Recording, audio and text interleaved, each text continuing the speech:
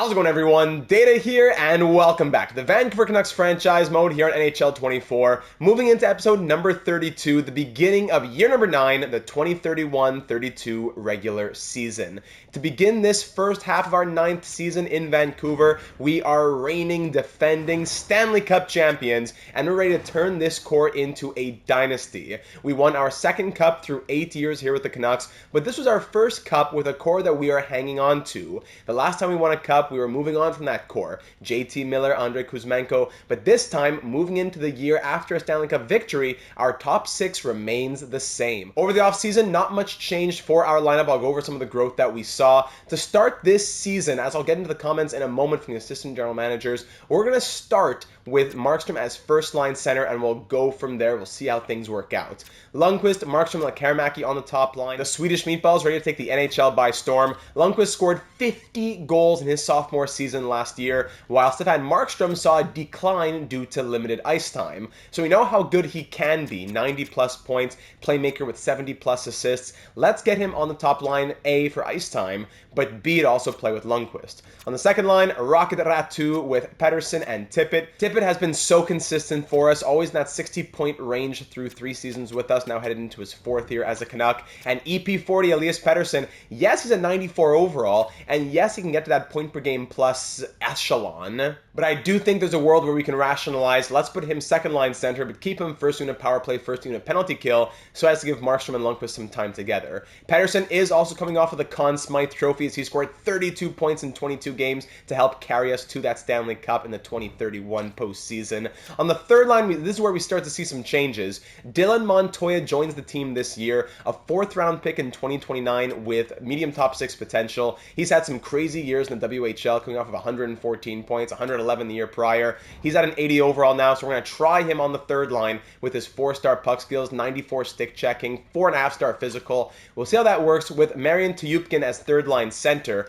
He's listed as a winger, but he has 79 faceoffs. Our second-round pick from last season, we gave him a 9-game trial last year, 1 assist and a -2 while mostly playing third-line minutes. This year, we'll get him into a full-time third-line role and see how it goes. When we sent him down to the AHL, he scored 33 goals and 55 points in 68 games, so we'll see what he can do now with his second chance to stick on an NHL squad. On the right wing, Michael Rasmussen, who we picked up last season, he fought his way back into the lineup. He scored 10 points in 41 games when we picked him up last season at the halfway point. Just a 20-point pace over 82 games, really nothing special. We thought we were going to be letting him go, but then in the postseason, he scored 17 points in 22 games. He played his way to a 2-year contract, 2 years at 2.35, and we'll have him roll out on the third line with Tuyupkin and Montoya. A little veteran presence there for the 32-year-old. On the fourth line, Vasily Postseason Podkolzin, now with the born leader X Factor. I don't got to go over Podkolzin's story again. 20, 25, sometimes 30-point guy in the regular season, but when it comes to the postseason,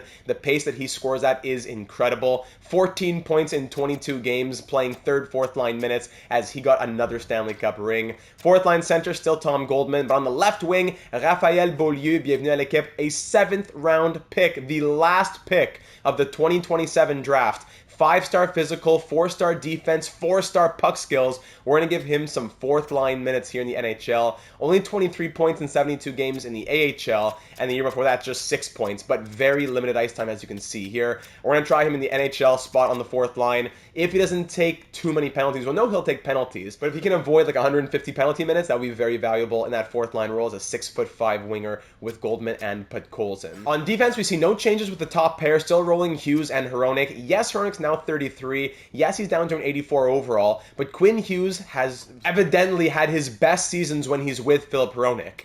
The first few years of our franchise mode, 78, 91, 82 points. Put him with Dougie Hamilton, put him with Evan Bouchard, 53, 55 points. Put him back with Filip Hronek, 76, 72, and in the postseason, 24 points in 22 games from the captain. So Quinn Hughes will continue to play with Filip Hronek. It's tempting to think, do we pair him with Noah Dobson? But Noah Dobson in the second pair role last year, scored 35 points in 40 games, something like a 70-plus point pace over an 82-game season. Since we got him from the Islanders, they were rebuilding, they were selling, 11 points in 36 games, negative 13. Comes to Vancouver in less games, scores more than 3 times as many points, while doing so with even less ice time. So Dobson in a second pair role seems to be where he thrives, and Quinn Hughes also seems to thrive when he's not having to share the offense. So Dobson stays second pair, but Noah Hanifin, who's now 34, I'm thinking we put him down into a third pair role as Maxime Bouillon. Do we keep him? We'll see, but Maxime Bouillon, for the time being, would be promoted to a second pair role. He's been in the third pair role for the last 2 years now. Offensive defenseman who has scored 33 points in 2 full seasons, 164 games. In the postseason, 8 points in 22 games last year. He got a Stanley Cup ring, but the biggest issue is he's still just a 79 overall. Out of the draft, he was 77 or 78. I think he was 78, and now he's only still a 79. 3-star defense, 3-star puck skills. As an offensive defenseman, the numbers don't really impress me that much. But with more ice time and playing with Noah Dobson, could that change? On the third pair, we have the veteran in Noah Hanifin, as he's been here for almost our entire series. And joining him on the third pair will be Christian Wallace, who we got in the Evan Bouchard trade with the Chicago Blackhawks, former 5th overall pick of the 2030 draft. He's now up to an 80 overall at just 19 years of age. He's jumping over the AHL and coming straight from the OHL. 52 points in 59 games last season, and he's now listed as a top 6D, so he will get third pair minutes with Hanifin, and hopefully you would think that he's a part of our long-term top 4. Goaltending, it is still Hunter Jones, our hero between the pipes. He's at an 84 overall, backed up by Rainer Muller, the medium league goaltender who we drafted in the 3rd round of 2026. He's been in the AHL for a little bit now, parts of 3 seasons in the AHL. A really good season last year with 39, 16, and 4 being his record with 5 shutouts. So Rainer Muller, yes, he's 24. Will he really grow into an elite goalie? We don't know, but he's a 79 with elite potential. Let's see what happens. The scratches is where we have some question marks, as yes, Akuratu can stay as 13th forward, no problem, but for 7th D, 8th D, we have a couple who really interest us. Stefan Arvidsson, 80 overall, low elite potential, 98 passing with his 5-star puck skills, but aside from that, nothing really impresses me. 2-star skating, 2-star physical, 80 shot blocking, 80 stick checking. Would he be a detriment to the lineup, or would he be like a power play unit 2 specialist? So trying out Stefan Arvidsson somewhere in the lineup sometime this season would be positive, I would think, in my mind. While Oleg Lebedev is another option for us with low elite potential. He spent the last 2 years in the AHL, 79 overall now, listed as a top 6D, but I'm not sure there's as much room for him. He also has 5-star puck skills, although the attributes are lower, but the better defense as well, just a better all-around player than Arvidsson, but lower on the puck skills, despite still being 5 stars. So both Lebedev and Arvidsson speak to me, and with the possibility of saying, do we move out Bouillon? I don't know. That could give them opportunity to have a little bit of an audition in the lineup beyond the preseason, which is coming up here. In the AHL, we're trying to grow a few players, Bomik, Perjogin, Dominguez, a few other names throughout the lineup. On defense, Franklin Quint, Ludwig Naslund, Ruslan Kravchenko. There are a good number of players who are trying to grow this season in the AHL. It's not just 2 players and everybody else is a free agent type of season. We do have a good number of prospects there. So there's the offseason recap. There's our outlook headed into 2031-32, looking to have our first chance at a really legitimate Stanley Cup defense. But before we can get simulating into the first half of the season, we got to dive into the comments from the last one and see what the assistant general managers had to say. So both I and I think the majority of the AGMs think that the lineup is pretty much set, aside from the few players that we're experimenting with in the preseason and through the first 10-20 games. The bigger question from the end of last episode that the AGMs were tackling was what we're going to do about these extensions. We did a couple extensions at the end of last episode, as Elias Pettersson got 4 years at 10.5 after this last season expires at 9.5 million. Coming off the Conn Smythe, we want to do right by him, and hopefully that contract will carry him to retirement or close to retirement. While Hunter Jones, another player who deserves his payday, is going to get 3 years at 4.875 after this year expires. The one that we're really looking to figure out would be Frederick Lundqvist, and then on top of that, also Noah Dobson. 2 big names right there. We'll have 28.625 million to play with, and Lundqvist would be looking at either 4 years and then expiring as an RFA when he's 25, 6 years is what he's asking for to be a UFA at 27, not great. Or 8 years would be bringing him to 29, but that's the highest dollar values. He wants 13.225. So in a perfect world, 4 or 6 years makes the most sense at that dollar value, best bang for your buck for what he's asking for. But 6 years bringing him to UFA status is really not what I want to do. I think in my mind it has to be 4 years or 8 years, and a lot of the AGMs were debating that as well. As Zach said in this comment here, I think you gotta go long-term ASAP with Lundqvist. He has earned it. Noah Dobson, on the other hand, I'd maybe wait to sign. I can't see his asking price increasing that much more, but it could drop. We'll look at it in a moment.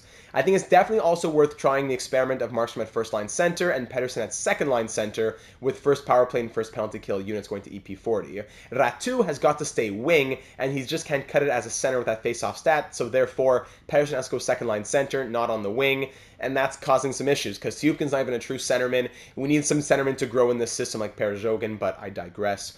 Bouillon, try him on the second pair. 15 to 20 game trial, perhaps? I know that's a bit of a longer trial, but we just have to know if it'll work. Great thoughts there from Zach. So first off, on Noah Dobson, currently making 7.7. He's coming off of like a 70-plus pace point second half with us. So he wants 4 by 10-ish. That wouldn't be impossible to give him at 85%, something around 8.75. That would not be impossible. But if he's going to be a 70-plus point defenseman, show me that you can continue that pace, and then I'll give you that money. I'm not going to sign him as that with that expectation, and then he goes back to what he's been. If he goes back to being a 50-point defenseman or whatever, 40, I'd prefer 50. But if he goes back to 50, that's okay with me. I don't expect him to maintain the pace that he had in the second half of last season. So I'm expecting the asking price to drop. But if he does continue as a 70-point defenseman, I can't see the asking price really increasing much more than what it already is. So I see no risk in waiting on Dobson. Meanwhile, Lundqvist, who might score another 50-plus goals, I don't think it'll increase much there either, but for storyline purposes, you would think that an extension wants to get hammered out between the two parties here ASAP. The question will probably just be, do we go 7 years? Do we go 8 years? Because the longer we go, the more expensive it gets, and I don't want to wait until next offseason, qualify him, play games in the middle of July. We don't want to have that type of relationship. We want to get this done right away. Now, building off the other part of Zach's comment, which was about Bouillon, Louis left a comment saying, you got me back on the Piero Zabottle train. Piero Zabottle, an RFA, 82 overall defensive defenseman in Anaheim. We passed on drafting him a few years ago. Now here he is as an RFA. So Louis says, so you know what I'm about to say. Flip Bouillon for Piero Zabottle. Why? You have 3 offensive defensemen, and Bouillon's growth isn't what you were hoping for, even losing his original X factor. That's true. He had 1 or 2 X factors. I think it was just 1, but he lost it. Thing is, you don't have Piero Zabottle fully scouted for his line fit, but 3 bars uncovered to be a top 4 defenseman, plus all penalty kill lines looks solid. I would try to fully scout him if possible before making any move on him, though. Be careful, because he's asking for a lot of money for an 82 overall, so with Lundqvist expiring, he does have the potential to grow. It's going to be a bit of a delicate situation. So Louis been calling for Piero Zabottle for a little bit. We forgot about him, and now he's come back to our minds. JPZ over in Anaheim, or JPZ, I guess we could call him, depends how we want to go with it. Skaters matching the block. There he is. Low elite, 82 overall at 22 years of age. He has had 3 full seasons-ish, pretty much. Yeah, 32 points. Pretty much the same numbers in 1 less season. So he's not putting up that much less offense. Like, can it be that Bouillon's scoring like 20 points as an offensive defenseman and Piero Zabottle's getting 14 as a defensive defenseman? So it's not for the point production. When we look at the ice time, he had actually pretty similar ice time as well. But when we look at the attributes, we see 4-star defense, 3.5-star physical. And again, he's still 22. He's still growing at the low elite potential. I probably have more hope in Piero Zabottle growing than I do have in Bouillon growing. The question is, can we really give up on Bouillon so soon when he's just now getting his first chance at top 4 minutes? I'm not convinced by Bouillon, but I do want to give him the chance to show us what he can do as a top 4 defenseman. As a third pair guy, he's putting up okay numbers. But now, if you're going to play second pair, getting top 4 minutes on a Stanley Cup contending team, I want to see into the 20s. I want to see you on pace into the 30s even. It's not all about the points. That's not it. But I do want to see growth in the attributes as well. There's not a huge difference from Piero Zabottle. It's not like Bouillon's at 82 shot blocking and Piero Zabottle's at 94. But I would say that Pierre Bottle is the better option. But does it make as much sense to dump Bouillon at this exact moment? That's the question. So I think on top of the experiments that we're giving to some of these younger players, we want to see Arvidsson, we want to see Lebedev, we want to see how Montoya and Tuyup can do. We also want to see how Bouillon does. The only player we already know about, but not in this capacity. And we'll move now over to the last YouTube comment coming from Cheating Heel, who said we should really try to have Markstrom as first-line center. That's what we're going to be doing if we want to push his overall higher. Lundqvist is a lock on the first line, so I'd try Ratu, Lekkerimäki, and even Tippett as the third player on that line and see what mix is best for chemistry between the two lines. So we'll do that in just a moment. Moving on to Bouillon thoughts. At this point, we might as well trade Bouillon for a center prospect. We have a lot of options to take his spot, and we need to see growth from our prospects if we are to replace Hanifin, Hronek, and maybe Dobson soon. Bouillon is only slowing someone else's development by taking top minutes and not doing any growth himself. I'd try Arvidsson with Dobson and keep the third pair as is. We should also give Lebedev a couple of games here and there, rotating him with Arvidsson and Wallace. If the latter two, Arvidsson and Wallace, can play 65 to 70 games each, it would give Lebedev 20 to 30 games, and hopefully they all see a bit of growth prior to next season. Nurturing our prospects and giving them the chance to grow is going to be a must, especially with D-men money being so crazy moving forward. As for the AHL goalies, we have 3 medium elites in our system down in the AHL. We might as well trade the oldest of them as he's the one with the least amount of time and room to grow. We have a very talented team and we could win it all again, but we also need to keep an eye on the future and start to manage the ice time of the older players so the next generation can flourish. Go Nucks! Well said again, Cheating Heel. Well said, and thank you for your thoughts. So it's a tough call. We want Bouillon to get his chance on the second pair, but we also don't want to stagnate growth. That's why whatever he does in the preseason or in the first 10 games or whatever, it has to start impressing us sooner rather than later. His leash will be shorter than it probably should be because we want to see from Arvidsson and Lebedev. But at the same time, they aren't locks either. We want to see what they can do, but they may not be any better, or they might even be worse for all we know when it comes to the comparison to Bouillon. In the system, yes, Quint, Naslin, Kravchenko, etc., but again, are they growing anytime soon? You know how fickle defensive growth can be. So we'll give Bouillon a chance to start things off and impress us, but the leash is unfortunately shorter than it should be at this point for him. It's sad, but it's just the reality that we're stuck in right now with the way that franchise mode defensemen are.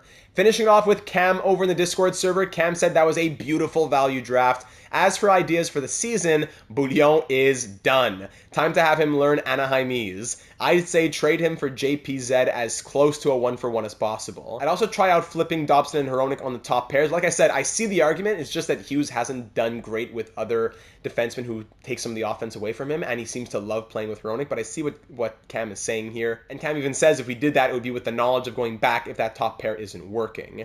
I also really like the idea of the +5 on the first line. You can experiment with various second-line center options or make a big deal. Maybe Matty Beniers was on the block in Seattle. As someone who hates EA goalies, we also need to keep Jones until he retires. Future Data 782 Hall of Famer for sure. Great episode as always, sir. Thank you, Cam. So we spoke about chemistry between Cam's comment and Cheating Heel's comment. Any one of those three, Lekkerimäki's a +1, Tippett's a 0, and Ratu gives it a +2, so it's not ideal. None of them really does anything too special, and Ratu on the top line means a 0 for the second line. So we want +1/+1 or +2/0.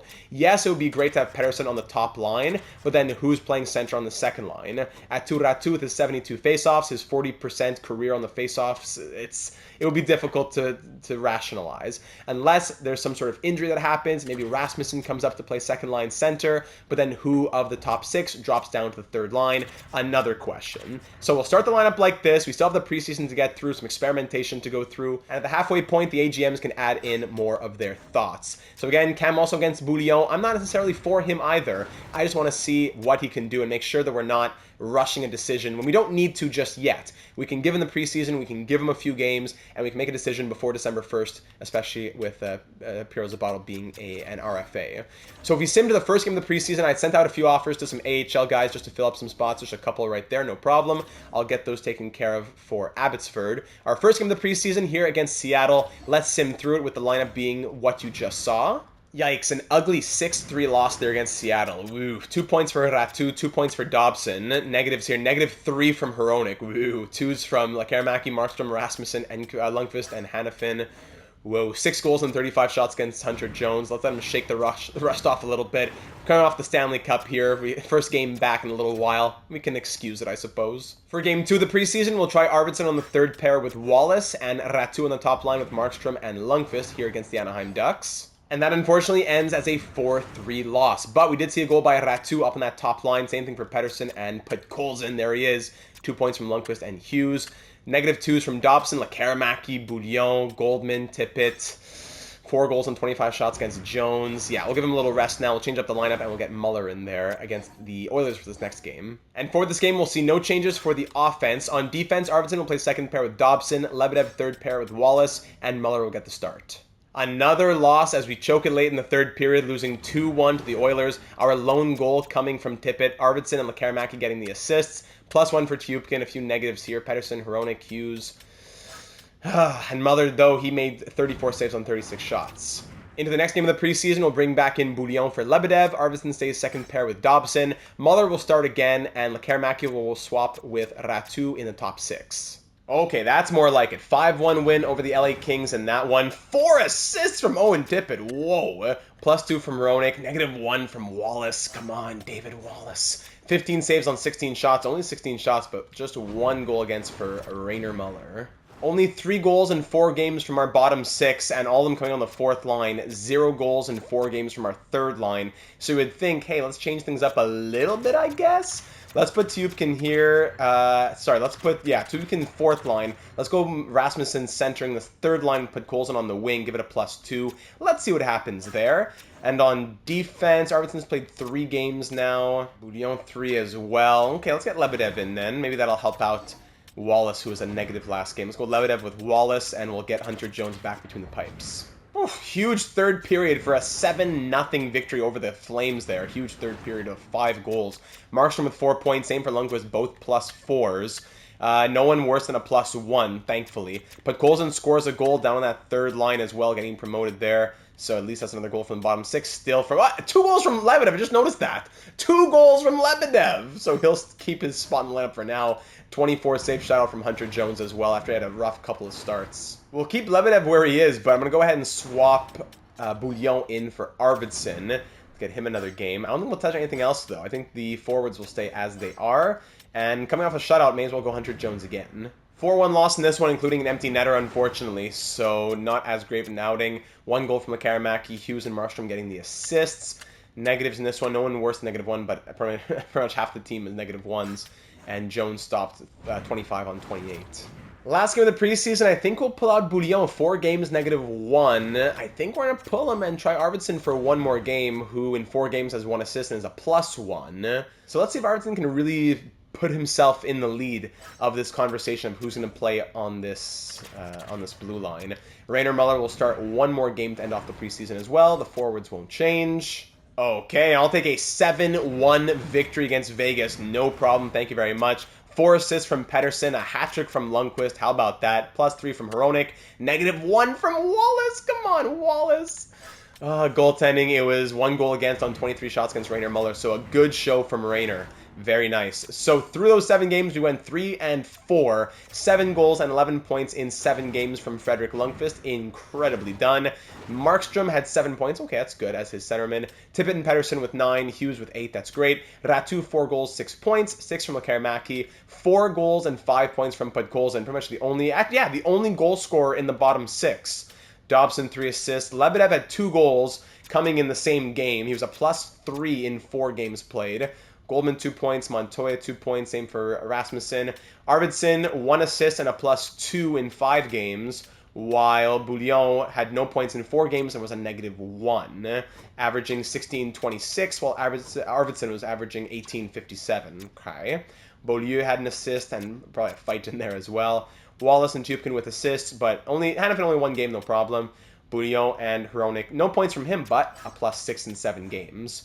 Muller definitely looked a lot better than Hunter Jones. Hunter Jones is, of course, still our starter, but I'm very happy to see Rainer Muller put up some solid numbers. It's just the preseason, so take it with a massive grain of salt, but it does give me a little bit more confidence confidence in Rainer Muller. So, all that being said, ladies and gentlemen, let's sim to the first game of the season. It'll be on the road at Wells Fargo Center in Philadelphia, beginning our Stanley Cup defense on the road. Hunter Jones will start the season with an Eastern Conference swing before we finally get home for like game 4 or 5 of the season. So Jones is starting. On defense is the big question, who's going where? If Bouillon's coming out, are we content with Arvidsson here, or would we want to bring in Piero Zabato? That would be the question. So to start the season, based on the preseason, I'm saying we're going Hughes Hronik, Arvidsson Dobson, Lebedev, Wallace, and we go from there. On the power play, second unit, is it Arvidsson? Yeah, so Arvidsson will get second unit power play with this 98 passing. I already did the special teams and everything on the side. So we can revisit them through 10 or 15 games or whatever. But here is our opening night roster, ladies and gentlemen. I'm going to go ahead and fix up the AHL, and then we'll get this season started.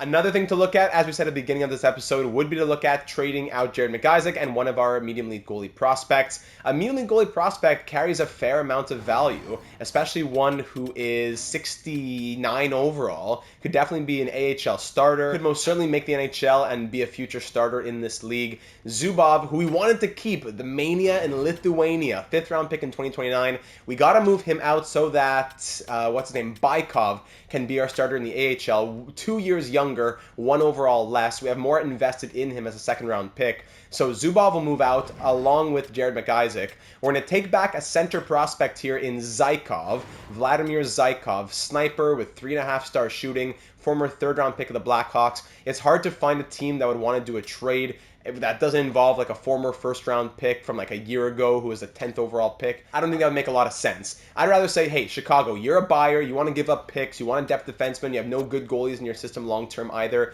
Give me a second and a third. I'll give you a fourth. And then give me the center prospect for the medium elite goalie and then the depth defenseman. What do you say to this? All right, trade accepted. Thank you, Chicago. I'm sure there's probably a dozen other permutations of trades that we could have done, but I wouldn't mind getting another center into our system, as well as better draft picks for the team moving forward. So good luck to him over in Chicago, and I'll finish up the AHL lines headed into the season.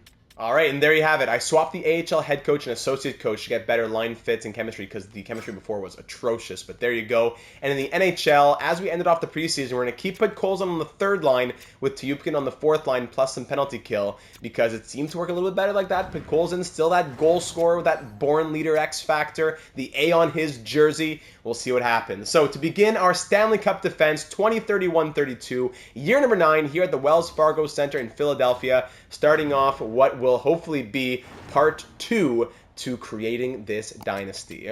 First period, and it's 2-2 after 20. Parik and Bean score 2 goals in the first 6.5 minutes. But then Arvidsson, his first career goal in his first career game on the power play. Stefan Arvidsson, he made the team, and he scores early. Lekaramäki ties it soon after. All right, we're tied at 2 after 20. Second period, still 2-2. Shots 22-16 for the Flyers. Into the third, power play. Vancouver, Markstrom on the power play, but then McGroarty answers right back. Then Frederick Lundqvist answers even sooner. Actually, no, not even sooner. This was 9 seconds. This was like 30 seconds. But we're up 4-3 with a 1-goal lead. Shots are pretty even now. Power play Vancouver again. We had a crazy power play last season. Montoya in his NHL debut also scores.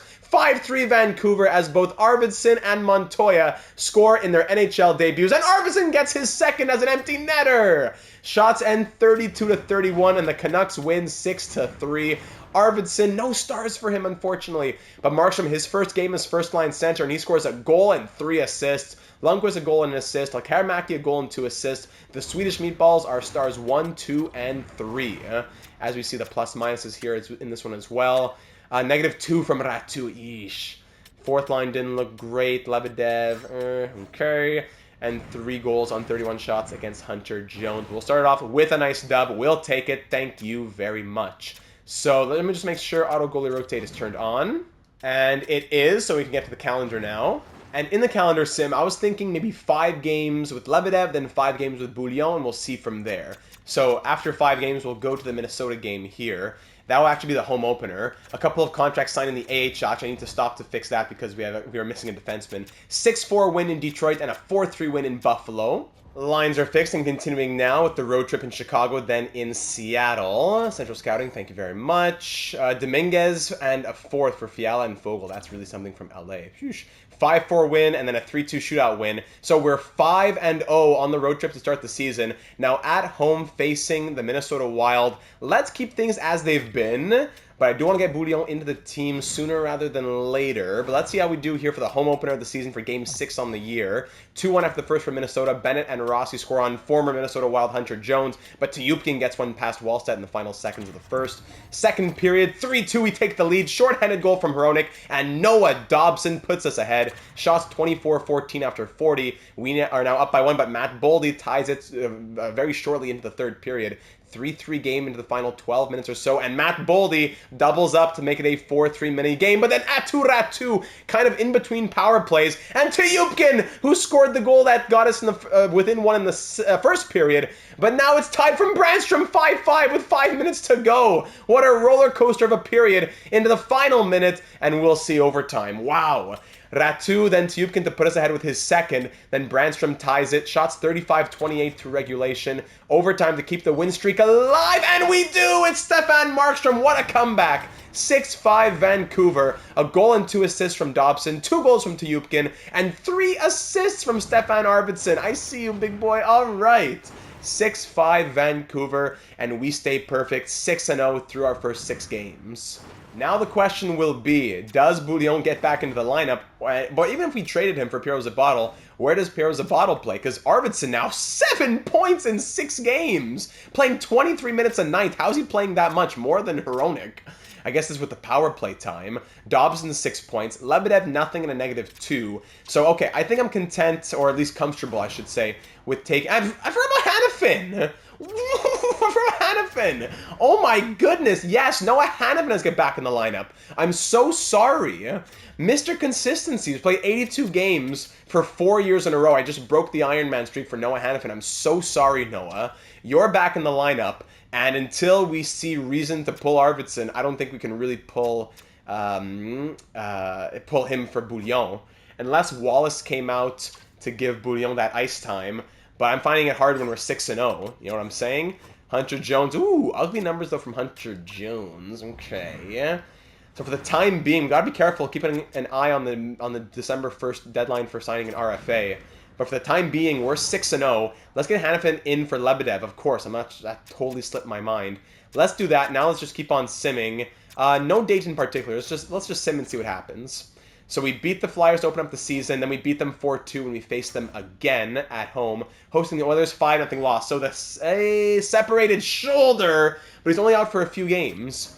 Philip Hronek with a separated shoulder. So here's our chance to see how Noah Dobson does with Quinn Hughes, or to see how Quinn Hughes does with Noah Dobson, I should say. They get a +4. Let's keep an eye on this. 12 points +6, 8 points +2. Let's see what happens in a few games from now. Arvidsson will play with... Maybe Hanifin comes up. Let's put Arvidsson on this side here, and then Bouillon comes in, and he can replace Hronek everywhere and get the ice time. -3. That's not really a -3. That's a lie. They're both dashes. No, it's not a real -3. That's a lie. So Bouillon will come in. Hronek's not out for that long for a separated shoulder. It's only like it's 3 weeks. It's 3 weeks. So 5-0 loss to break our winning streak at 7, but then we shut out the Rangers to answer back 3-0. Now 8-1 on the year.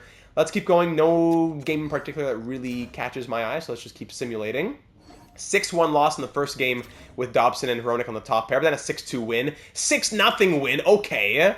Strained hamstring in the AHL, no problem. On the road against Colorado, 5-2 win. Let's keep it going, no problem. On the road here against Vegas. Brown for a third and a fourth. We might do that soon. At the halfway point, that's probably a trade we explore at the halfway point of this episode. 11-2, so 3-2 shootout loss, our first... Last year, we had 14 overtime or shootout losses. There's our first, as we lose in the shootout to Vegas. 7-3 win, 4-0 win. Big victories here. As we could actually pause here for Winnipeg, coming off of a 4-0 win. Winnipeg is 10-3-2. Yeah, why not? We want to go see Boston in a Stanley Cup Final rematch, of course, next week. But for now, let's go see Winnipeg. Through 15 games, yeah, now's around the time we got to make a decision on Piero Zabatl.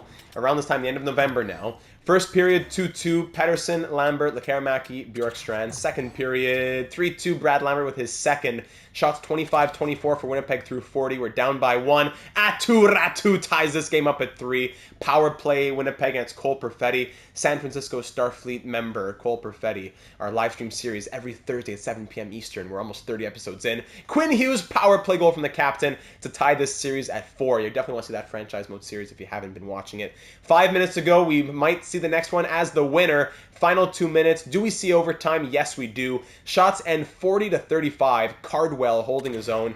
Overtime here facing the Jets. Next goal wins it. And we will... Hold on! Elias Pettersson wins it in the final minute. Shots end 43-39 and the Canucks win in overtime.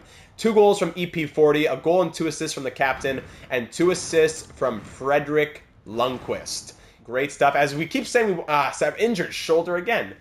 We wanted to figure out Lundqvist. Again, what's wrong with me? Totally slipped my mind. With all the scouting and things to do, totally slipped my mind. We had to decide on Lundqvist. I can't believe I just continued on that without having gotten it figured out. Bouillon. Can I see Bouillon, please? Bouillon stats. Doesn't want to tell me. He wants to bring up the open franchise overview. What a joke. All right, so Bouillon will move up. Let's do something like... Okay, Wallace to the top pair. Let's go crazy. Dobson with Bouillon and Arvidsson with Lebedev. Let's go crazy. Let's do that while we have 2 defensemen injured. Not for much longer. Let's give Wallace some top pair minutes as we will sim to the game against Boston in a moment. But we got to figure out Fredrik Lundqvist. 24 points in 17 games from Markstrom. We're going to pause in 3 games at the 20-game mark. Totally slipped my mind. I'm sorry about that. Fredrik Lundqvist, what is he looking for now? Similar numbers? Similar numbers. For 8 years, he wants more. For a longer-term contract, he wants more. I might have to stick 4 years. Realism would say that this guy deserves a 7 or 8 year extension. But the problem is, franchise mode is just too broken for the numbers. Let's do 4 years to keep him as an RFA. I thought that it would not make as much sense to do it just from a storyline standpoint. Having scored 50 goals, we know we want to keep him. We know we want to commit big money to him. But if we can get him long-term in like the 11 million range, that would be very different than, I don't know, 8 years at 14.05. That would be 8 years. That would be 12 million. Do we give him 12 million for 8 years? That's not that crazy with the cap being 105.3. Giving him 12 million with the cap being 105.375 would be the same as giving him 9.5 in today's NHL with the salary cap at 83.5. Yes, it's going up to like 87, but with an 83.5 salary cap, which is what players have been getting signed to in recent history, that would be a $9.5 million deal. Is Lundqvist worth $9.5 million, 90 overall, 50 goal scorer and all that? I think so. And what's he doing right now? 12 goals, 10 assists. He has 22 points in 17 games. Maybe that makes a lot of sense. It's a little bit more than, I got to pay for my mistake here. It's a little bit more than we would have had to pay if we had extended him for 8 years at the beginning of this episode. But 8 years at 12 million, if he wants it, I'm going to say let's do it. It's more than I'd want to give him, but it's what he's worth in this world with the cap being 105 plus. So 8 years at 12 million per season. If he wants it, he'll get it. If not, then we'll give him a 4-year deal and keep him as an RFA.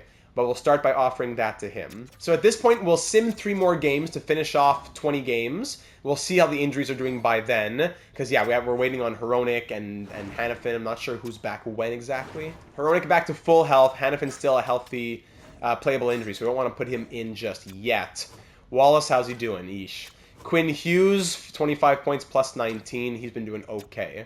So it seemed to work out with Noah Dobson, actually. It seemed to work out okay. So Wallace comes back here. Let me just quickly fix this up. And now we're back to looking like this. Okay, and then we're waiting for Hanifin in just a few more days. Easy decision. All right, Fredrik Lundqvist signs on. 8 years, 12 million, paying him $96 million until the age of 29. Again, very steep number, but that's the price we got to pay for maybe already our best player and the future cornerstone of this franchise. Again, the equivalency to the real-world NHL today, $9.5 million. So I think that's okay. It's just a big number that you're not really expecting to see. Mild concussion for Bouillon. All right, perfect timing with Hanifin coming back. But Hanifin actually still a playable injury, so let's keep Lebedev for just another game or so.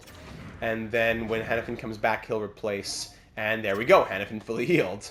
Okay, there we go. Defense is as it should be. Stop simming here for a second. Okay, so it was a 5-2 win, 4-3 win, then 7-3 loss to end off the 20-game experiment. 16-3-1 is our record through 20 games. We're about to face the Bruins in the Stanley Cup Final rematch. They're 12-3-2.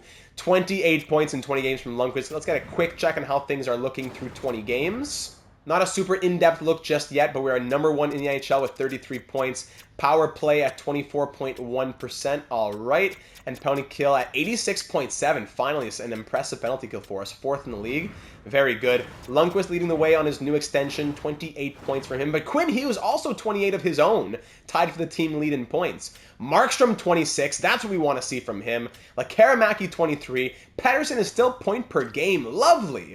Ratu 16. Dobson 16. Tippett 12. Montoya with 9. Starts to drop off over here, but still 9 points is okay. Rasmussen, Arvidsson 7 points and a +5. Tubkin 6 points, -6. Come on. Bouillon has 4 points and is a +3 in 10 games. Okay, and then Beaulieu down here 2 points. Wallace, Lebedev. If we look just at defense, Bouillon's not doing too badly here. 4 points and a +3. Not a bad show from him so far. That's a pace of 8 points in 20 games, which would be slightly higher than Arvidsson here. Arvidsson's been very impressive, though, as well, with all the ice time that he's been given as well. So we'll see when Bouillon comes back from injury. But I think at this point, as much as I'm still open to Pierre Zabotal, I think we want to run with the 8th defenseman and rotate them around, as opposed to trading out Bouillon and bringing in Pierre Zabotal, who would need a spot. Bouillon's a guy who can still experiment with and we can decide on next year. Pierre Zabotal would need one of our top 6 spots, leaving only 1 spot for Arvidsson, Lebedev, and Hanifin, which would not be as ideal. So I'm thinking we keep Bouillon at this point. Goalies, the numbers have come back up, so that's good. That's nice to see. Very nice. And we'll keep on simulating. No need to really touch anything. And I don't think that we'll be making any changes when it comes to the blue line. As tempting as Pierre Zabotal is, I think we're content with what we have right now. So I'll take a moment just to update the scouting, and we'll come back for this big game at TD Garden against the Bruins. All right, scouting's taken care of, and we're ready for this one. A Stanley Cup Final rematch against 2 heavyweights here. The 16-3-1 Canucks facing the 12-3-2 Bruins. The Canucks beat the Bruins 20 years after 2011 in 2031 to win the Stanley Cup. Now the first time facing each other since then. Let's see what happens. Get ready for the fireworks. First period, and it is 2-1 Canucks after 20. Lundqvist on the power play. Who else? And Aturatu extends the lead after that. But with 6 seconds left in the first, Sharangovich beats Muller, who gets the start for this one. 2-1 Canucks after 20. Second period, woohoo! 7-1!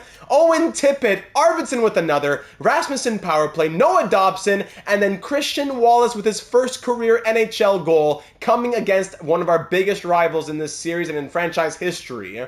Wow, 7-1 after 40, being outshot 21-20 as Tarasov got chased after 5, and Lankinen has led in 2. Let's just get through this third period as it ends 7-2. Zacha adds 1 on Muller. Shots end 34-27 for Boston, and we win 7-2. A goal and 4 assists for Ratu. 5 assists, a 5-apple night from Elias Pettersson. He's not going to see the doctor anytime soon. And Owen Tippett with a goal and assist for 3rd-star honors. And Rainer Muller didn't look too bad either.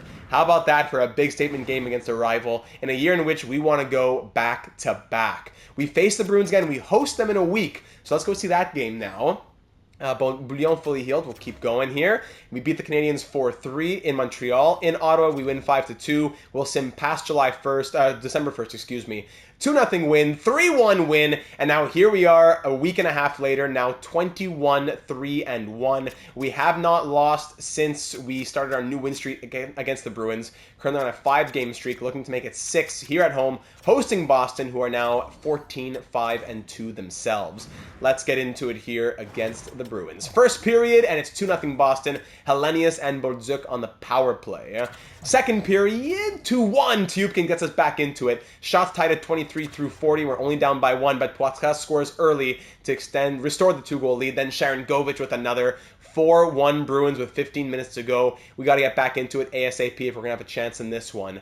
Down by 3 with 10 minutes to go. Shots are pretty even, 30-27 for Boston, but we just can't get through Tarasov, who was embarrassed by us. We kill a 5-on-3 power play, which is great, but no scoring our way, and we'll drop this one by a score of 4-1. Shots end tied at 33, but Tarasov, after he got pulled last time, Zubkin scored our lone goal, and he got a 3rd star out of it. All right. And that is only our 4th regulation loss of the season and our 5th loss through 26 games. That's crazy. Let's keep on going now. We just saw a couple, so no need to stop just yet. Yeah, let's just sim a couple weeks and see what happens here into the month of December. And we still have another 15 or so games to go. Big offer there from the Devils. We'll pass for now. Let's keep on going here. 3-1 loss, 4-3 overtime loss. Arvidsson is healthy. Okay, good. 5-3 win back on the horse. Thank you. Dominguez in the AHL injured. On the road in San Jose. 3-0 shutout. Thank you very much. No thank you, New Jersey. Back-to-back here at home. Maple Leafs and then Coyotes. Now Utah Yeti, whatever you want to call them. 7-1 loss, then a 5-4 win. Okay. These are some wonky games. 3-0 win, 7-1 loss. So we're 24-6-2. Let's keep on going through the next couple of weeks. We'll have a little California stretch, a little Pacific stretch. 5-1 win against the Sharks. Then a 3-2 win against the Ducks. Dominguez is back for the AHL. Back to the calendar. AHL, NHL swap. We're 17-6-2 in the AHL, by the way. 5-1 win against the Kraken. Love to see it. Let's keep on going here. Ducks, Kings, then Kraken again. 4-3 win, 6-4 win, 5-1 wins respectively. Almost choked there. Oh, that's win number 30. Caught me when I was trying to take a breath there. 36-2 are your Vancouver Canucks through 38 games. We're getting close to the halfway point here. So 38, 39, 40, and game 41 will come against the Panthers in Florida in just a week here. So 3-1 win against the Islanders. Exit back out. Calendar, AHL, NHL, blah, blah, blah. Title being offered to us from the Rangers. Blah, switch. All right, 3-1 win and another 3-1 win. What is that? That's a 2, 3, 4, 5, 6, 7, 8, 9 game winning streak. 32-6-2. Is this getting to like historic records? If we win this game, we'd be on pace for 66 wins. I haven't seen a season like that in a franchise mode in a very long time. Even if we don't win, we'd be on pace for 64. So last game of the first half of 2031-32 here against the Panthers in Florida. First period, 1-1, Montoya and Roy on the power play. Second period, no scoring shots, 22-21 Vancouver through 40. Final period, power play Florida, that's killed off. 5 minutes into the period, no scoring on either side, but Barkov scores shorthanded as we just went on the power play. And we have an extended opportunity, but we don't capitalize on it. Now finding ourselves down by 1 with 5 minutes to go against a below 500 team. Of course, when we go into the simulation and watch it in the slow sim, of course, and we lose 3-1. Shots end 36-31, but making 35 saves was Lucas Dostal, classic franchise mode legend. Goal and 2 assists for Barkov, 2 goals for Joshua Roy, as we'll end the first half of the season with an official record of 32-7-2, on pace to go 64-14-4. Is that not incredible? Huh? Boy, oh boy. Let's check out the standings here. We are number 1 in the NHL by a solid margin, up by 11 points on the Devils. Scoring 3.88 goals per game, second in the league. Actually, Nashville scoring more at 3.93, but 2.66 goals against, also second best, as Winnipeg there is 2.59. Power play of 19.8%. We've definitely had better. It's not horrible, but we've had better power plays, so it puts us closer to the middle of the pack than to the top. 19.8%. Okay, well, that could be improved a little bit. Pounding kill, though, at 85.6. Glad to see that's still high. That's 4th best in the league. Thank you very much. That's great. And there we are, 9-1-0 in our last 10 games. Our winning streak came to an end, unfortunately, at 9. Frederick Lundqvist with 58 points, on pace for 116 points. On pace for 66 goals and 116 points. Incredible. Stefan Markstrom on pace for 100 points as our first-line center. We love to see that as he's getting close to 22 minutes per night. That's exactly what the doctor ordered. Meanwhile, our captain, Quinn Hughes, on pace for 90. Loves playing with Hronik. Pedersen, even in a second-line role, on pace for 86 points, still above a point per game, still getting close to 19 minutes per night. We love to see that. Lekaramaki on pace for 80. Ratu on pace for 72 with 40 and 36 respectively. Noah Dobson on pace for 54, which is fine by me. That's a perfect number to plateau plateau at in my mind. Playing over 23 minutes per night, 50-plus points, that is perfectly fine. Tippett, actually, okay, so Tippett is the one who's slowed down here. Mr. 60 points, Mr. Consistency, on pace for a 46-point season. That's odd. He's playing 16:48, though. What's his usual ice time? Playing 16:48. No, that's the usual ice time. So that's surprising. I guess without Markstrom, that's been hurting him. That's tough, though. Tippett not looking great. Stefan Arvidsson with 17 points in 41 games. That's giving him a 32-point pace. Excuse me, a 34-point pace, which I think is definitely more than we thought he'd be on pace for. Also a plus 18, playing 21 minutes per night. Wow. Rasmussen was 16 on pace for 32. Dylan Montoya in his rookie season, playing only 10 minutes per night, but he's scored 14 points on pace for 28. I wouldn't mind seeing a bit more from him, but at least it's not a negative. Tiyupkin, meanwhile, he is a negative. 9 goals, 12 points, on pace for 24 points. It's tough in that fourth line role. It's just that, I don't know, but Podkolzin isn't much better. Maybe we swap back Tiyupkin and Podkolzin now that we're at the halfway point. Maybe that would make sense. Goldman, 10 points with 1 goal on the year. Hronek, 9 points and a plus 10 in 32 games. Wallace with 7 points on pace for 14. Another offensive defenseman we'd want to see a little bit more from out here. Hanifin, 5 points and a negative 4. Do we give him a little rest, maybe? Still on 82. Maybe Bouillon comes in to give him a little rest, who has 4 points plus 3 in 10 games? I could see that. Beaulieu with 4 points, negative 1, with 48 penalty minutes as well. He's playing 8-14. Actually, you know what? We should get him on the penalty kill. But I don't know. The penalty kill has been solid. The penalty kill is one area that's really working. Maybe not. Let me have 1 goal, negative 2 in 7 games. So big question here for the halfway point would be, what's going on with the defense? If not trades, then just who's getting more ice time and where? Goaltenders, Hunter Jones is 26-7-2 with 5 shutouts, 918 save percentage, 2.54 goals against, while Rainer Muller in his rookie season is undefeated, 6-0-0, but 899 save percentage and 3.06 goals against average. Looking the entire NHL, currently leading the league in points with 58, and also leading the NHL in goals, Cole Eiserman in Washington with 29. Boy, oh boy. And if we look at rookie skaters, it's Boisclair. That's, yeah, Arvidsson would be down here at 17. No problem. And then just finally looking at goalies, of course, I'm sure Hunter Jones leading the wins. Yeah, but Swayman at 23 with the Canadians. Prabal, Comesso, Ananin, Askarov, down the list we go there. So maybe it's some hardware in store for us here in Vancouver. Oh, and just a note heading into next episode, Elias Pettersson just 1 goal away from tying the franchise record of most goals scored, held by Daniel Sedin at 393. Pettersson currently at 392, so 2 goals away from breaking that record. Getting close to some other records as well, including the points record, held by Henrik Sedin, 47 points away. So by the end of the season, could Elias Pettersson be the Canucks' all-time leader in goals and points? Get those predictions in. To end off the episode, we'll want to check out the trade blocks around the league. I'm not sure if we're in the trade conversation, but we always want to do our due diligence to end off the episode. Keep in mind that the top trade values look like this, but when we look at our draft picks, we have a first, a second, a third, a fourth, a fifth, and a sixth, since we got that third from Chicago. And next year, we have a first, 2 seconds, a third, a fifth, and a sixth. So keep that in mind if we're talking draft picks at all. Did Pierre Zabato get a contract in the end? No, he did not. So we'll see what happens. We could always trade for him to use him next season, but we wouldn't be able to use him this year. So there's the trade block in Anaheim. Arizona looks like this. Boston looks like this. If you have any questions on any of the players, let me know in the comments here on YouTube or over in the Discord server. I'll get you more information on whichever player you want to know more about. This guy, Mayer. Nathaniel Mayer, 70 overall, two-way forward, 26th overall pick. Okay, on the block, Calgary, nothing. Carolina, Jake Sanderson. We saw him, yeah, expiring deal for Jake Sanderson, 87 overall. 26 minutes a night, negative 6 with 14 points in 39 games. Only 4-star defense. I think he should probably have higher by 2032. Provorov and Favre as well on defense. Some prospects here in Chicago, Colorado prospects, Columbus prospects, Dallas prospects, Detroit, Moritz Seider on the first year of an 8-year extension. Evangelista, 86 overall, 1 year left at 6.6. He has 28 points in 40 games. Dylan Larkin, 3 years left, 2 years after this one on his deal. He's looking good, but tough contract at 11.2 at an 84 overall. Morrissey, Slavin, Costin, etc. Edmonton, Ryan Pulock expiring deal, 87 overall.